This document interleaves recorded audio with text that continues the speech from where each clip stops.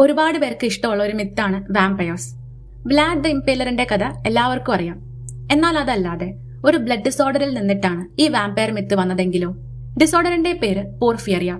മസ്തിഷ്കത്തിനെ ബാധിക്കാത്ത പോർഫിയറിയുടെ സിംറ്റംസ് ആണ് വാമ്പയേഴ്സിന്റെ കഥകളിനോട് സാദൃശ്യം.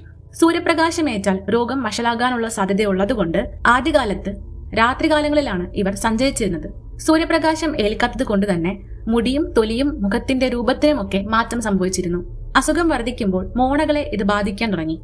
അത് കാരണം ഇവരുടെ പല്ലുകൾ എടുത്തു കാണിച്ചു. ഈ രോഗമുള്ളവരുടെ യൂറിൻ കടും ചുവപ്പ് നിറത്തിലായിരുന്നു. ചോര കുടിക്കുന്നത് കൊണ്ടാണ് ഇവരുടെ യൂറിന് ചുവപ്പ് നിറം എന്ന രീതിയിൽ കിംവദന്തി പടരാൻ തുടങ്ങി. വെളുത്തുള്ളിയിലുള്ള സൾഫഡിന്റെ അംശം കാരണം ഈ രോഗമുള്ളവർ വെളുത്തുള്ളി കഴിച്ചാൽ കഠിനമായ വേദന വരും. അതുകൊണ്ട് ഇവർ വെളുത്തുള്ളി ഒഴിവാക്കി. പണ്ടുകാലത്തുണ്ടായിരുന്ന ഒരുപാട് തെറ്റിദ്ധാരണകൾ പോലെ ഈയൊരു രോഗമായിരിക്കാം മുഖത്ത് രക്തത്തിന്റെ അംശം തോന്നിക്കാത്ത രാത്രികാലങ്ങളിൽ ചോര കുടിച്ചു നടക്കുന്ന വാമ്പയർ എന്ന മിത്തിനെ സൃഷ്ടിച്ചത്.